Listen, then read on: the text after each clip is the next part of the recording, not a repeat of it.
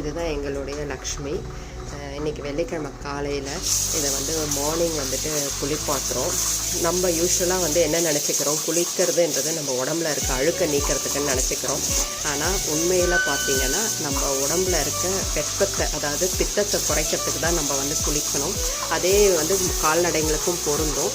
அது மாதிரி குளிப்பாட்டும் போது அது அதோட உடம்பை பார்க்கும்போதே நல்ல அழுக்கெல்லாம் நீங்கிறதால மினுமினுப்பாக இருக்கும். நம்மளுக்கு எப்படி குளிச்ச ஒரு ஃப்ரெஷ்னஸ் இருக்கோ அதே மாதிரி மாட்டுக்குமே அந்த ஃப்ரெஷ்னஸ் நான் நல்லா ஃபீல் பண்ண முடியும். அது ரெண்டாவது, அது மேலே எப்பவுமே இந்த மாதிரி சுத்தமாக வச்சுக்கிட்டா கொசு மொய்க்கிறதெல்லாம் குறையும். இதுதான் எங்கள் தேவாவும் குளிக்கிறாரு காலையிலேயே. இதுதான் எங்களுடைய கண்ணா, அவரும் காலையிலே குளிக்கிறாரு.